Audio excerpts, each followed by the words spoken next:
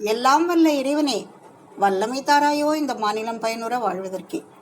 மாநிலம் பயனுற சேனலை பார்க்கும் அன்பானவர்களுக்கு சிவாமாவின் பணிவான வணக்கங்கள்.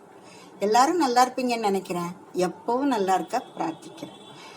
இந்த பதிவுலையும் நான் உங்கள்கிட்ட பகிர்ந்துக்க போகிறது, போன பதிவில் நான் சொன்ன நம்ம தமிழக கோவில்களோட நிலைமை எவ்வளவு மோசமாக போய்கிட்டு இருக்கு, அதோட சொத்துக்கள்லாம் எப்படி கொள்ளையடிக்கப்பட்டுக்கிட்டு இருக்கு, சிலைகள்லாம் எப்படி களவாடப்பட்டுக்கிட்டு இருக்குங்கிறதோட ஒரு தொடர்ச்சியாக இன்னும் சில விஷயங்களை உங்ககிட்ட பகிர்ந்துக்கலான்னு நினச்சி தான் இந்த பதிவை போடுறேன்.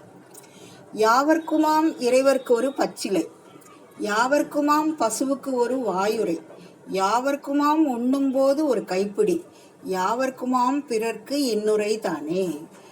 திருமூலர் ஐயா இப்படி சொல்லி வச்சுட்டு போயிருக்கிறாங்க. அதாவது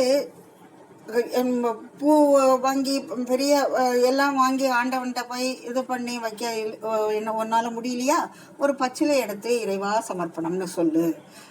சரி, கோயிலுக்கு தான் போக முடியல, பார்க்குற பசுவுக்கு அங்கே பக்கத்தில் இருக்கிற இதில் இருந்து ஒரு பொடி புல்லை கையில் எடுத்து அதுக்கு ஒரு வாயில் கொடு.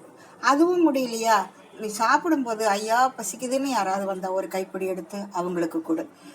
அதுவும் எதுவுமே முடியல அப்படின்னா நல்ல வார்த்தைகளை, ஊக்கம் கொடுக்குற வார்த்தைகளை, இனிமையான வார்த்தைகளை சொல்லு, அது போதும், அங்கே ஆண்டவன் இருப்பான் அப்படிங்கிறாரு திருமூலர் ஐயா. இதைத்தானங்க கண்ணனும் சொல்லி வச்சுட்டு போனாரு, கிருஷ்ண பரமாத்மாவும்.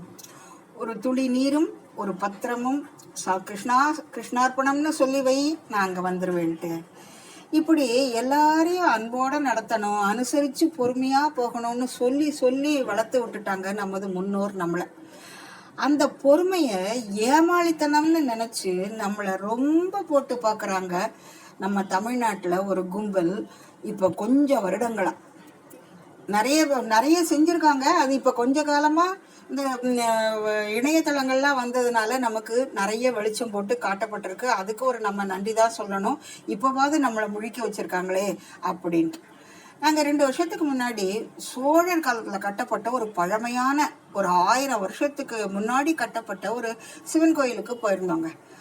அங்கே சன்னதியில் ஒரு அம்மா, இன்னும் கொஞ்சம் குங்குமம் கொடுங்கய்யான்னு அர்ச்சகிட்ட கேட்டபோது, குங்குமம் வாங்க கூட பணம் தர்றதில்ல, நான் தாம்மா கை காசை போட்டு வாங்கி வச்சுக்கிறேன் அப்படின்னு சொன்னவர் ரொம்ப கொஞ்சமாக எடுத்து அந்த அம்மாட்ட குங்குமம் கொடுத்துட்டு, குங்குமத்தை இல்லைன்னு சொல்லக்கூடாதுமா அப்படின்னு புலம்பிக்கிட்டு, அர்ச்சனை டிக்கெட்டு எத்தனை எடுத்திருக்கு, மாலை எத்தனை போயிருக்குன்னு பார்த்து காசை மட்டும் எடுத்துகிட்டு போயிடுறாங்க அப்படின்னு சொல்லிக்கிட்டு தீபாராத்தி காமிக்க கருவறைக்குள்ளே போனார்.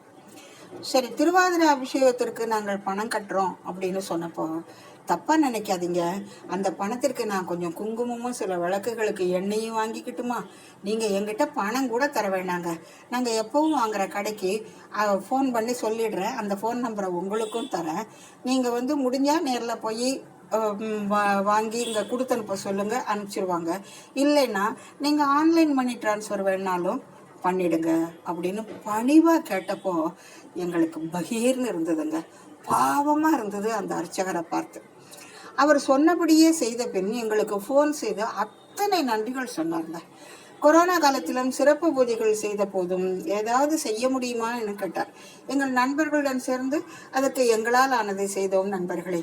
நாங்களும் சாதாரண கீழ் நடுத்தர வர்க்கத்தை சேர்ந்த ஆட்கள் தாங்க. இப்படி இதெல்லாம் இந்த கோயிலெலாம் இந்து அறநிலையத்துறைகளெல்லாம் வருது.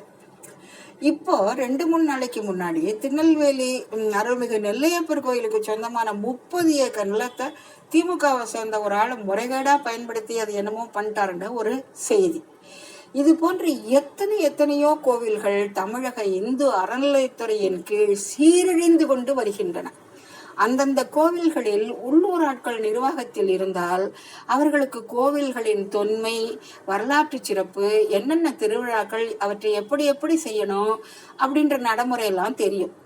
எதற்காக பரம்பரை அறங்காவலர்கள் என்று உள்ளூர் பிரமுகர்களையே நியமித்து இருந்தனர் நம் முன்னோர்? அப்போ நீங்கள் கேட்பீங்க, அவங்களும் மனுஷங்க தானே, அவங்க மட்டும் தப்பு பண்ண மாட்டாங்களா அப்படின்னு முடக்குவாதம் பேசுகிறவங்களுக்கு ஒரு பதில் சொல்கிறேங்க. ஒத்துக்கிறேன். ஆனால் கொஞ்சமாவது உள்ளூர் மக்களுக்கு பயப்படுவாங்க இல்லைங்க. எவனாவது ஒருத்தன் கேட்பான், எவனாவது ஒருத்தன் கேள்வி கேட்பான் நம்மள அப்படின்னு. நான் கிராமத்தில் வளர்ந்தவங்க, இது மாதிரி நிறைய பார்த்துருக்கேன். ஆனா இன்னைக்கு கிறிஸ்தவர்கள் நிறைய பேர் நமது கோவில் நிர்வாகத்தில் இருக்கிறார்கள் என்பது அதிர்ச்சியான செய்தி. ஆம் நண்பர்களே, நம்ம இந்து அறநிலையத்துறை இதுல நிறைய கிறிஸ்தவர்கள் தான் இருக்கிறாங்களா, அதுவும் முக்கியமான பதவிகள்ல. அவர்களுக்கு நமது ஆகம விதிகள் என்ன தெரியும், புரியும். இதை தெரிந்து கொண்டுதான் திருட்டு திராவிட கட்சிகள் தாங்கள் கொள்ளையடிக்க இவர்களை பயன்படுத்தி கடந்த 50 ஆண்டுகளுக்கு மேல் நமது தமிழக கோவில்களை அழித்து கொண்டிருக்கிறார்கள். அதன் சொத்துக்களை சூறையாடி கொண்டிருக்கிறார்கள். ஆம் நண்பர்களே, அழித்து கொண்டுதான் இருக்கிறார்கள் நமது கோவில்களை. ஸ்ரீரங்கம் திரு ரங்கராஜன் நரசிம்மன் அவர்களின் ஒரு காணொலியை இந்த டிஸ்கிரிப்ஷன்ல உங்கள்கிட்ட பகிர்றேன். அவருடைய அவர் டெம்பிள் அவர் பிரைடு யூடியூப் சேனல்ல உள்ள காணொலிகளை தயவு செஞ்சு பாருங்க நண்பர்களே, பகிருங்கள். அவர் ஒரு தனி ஒரு மனிதரா கோர்ட்ல கேஸ் எல்லாம் போட்டு சொந்த காசு செலவு பண்ணி அவர் கோவில்களுக்காக போராடிக்கிட்டு இருக்கிறாங்க. எல்லா கோவில்களுக்காகவும் எந்தெந்த கோயில்னு அவர் காதுக்கு வருதோ போய் பார்த்துட்டு அதை உண்மைத்தன்மையை தெரிஞ்சுக்கிட்டு ஆவணங்கள்லாம் திரட்டி அவர் அப்படி செஞ்சுக்கிட்டு இருக்கிறாருங்க. நாம் நமது பொக்கிஷங்களை எவ்வளவு கோவில்களை அவற்றின் சொத்துக்களை இழந்து விட்டோம், இழந்து கொண்டிருக்கிறோம் என்பது அவருடைய காணொலிகளை பார்த்தா தெரியும். 1959 2015 இந்த காலகட்டத்தில் சுமார் 46,000 ஏக்கர் கோவில் நிலங்களை நாம் இழந்திருக்கிறோம் என்று கூறுகிறார் திரு சாய் தீபக் என்ற நபர். அவருடைய காணொலியும் பகிர்ந்திருக்கிறேன், தயவு செஞ்சு பாருங்க. அவர் பேசிக்கலி ஒரு இன்ஜினியர் போல இருக்கு.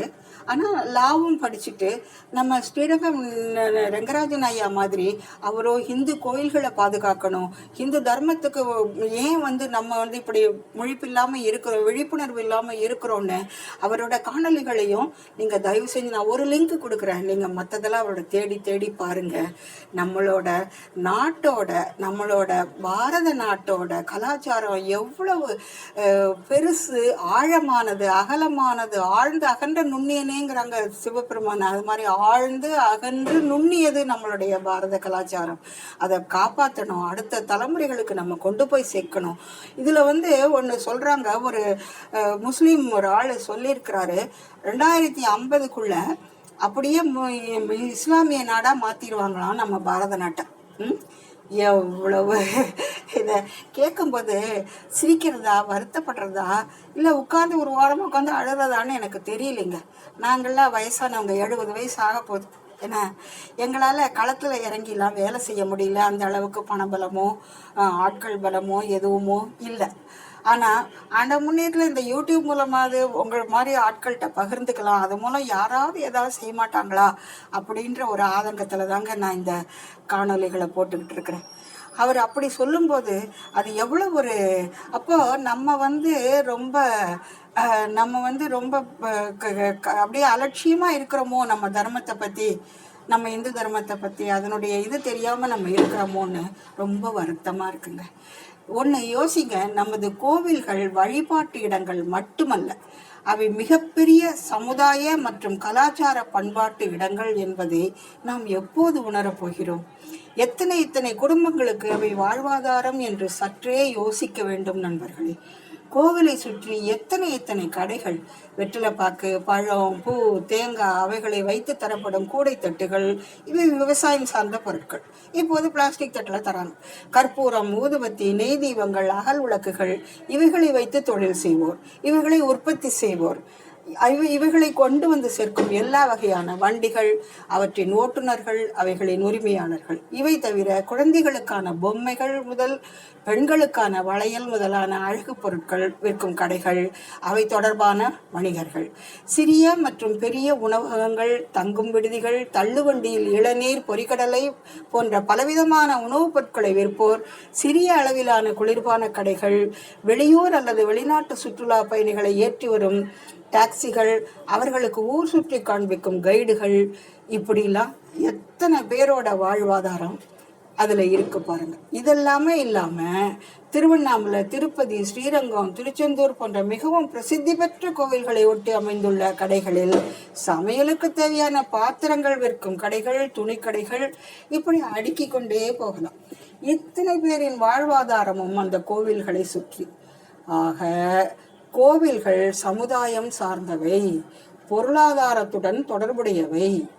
இன்னைக்கு 12/11/2020 காலையில ஒரு செய்தி ஓடிட்டு இருந்தது.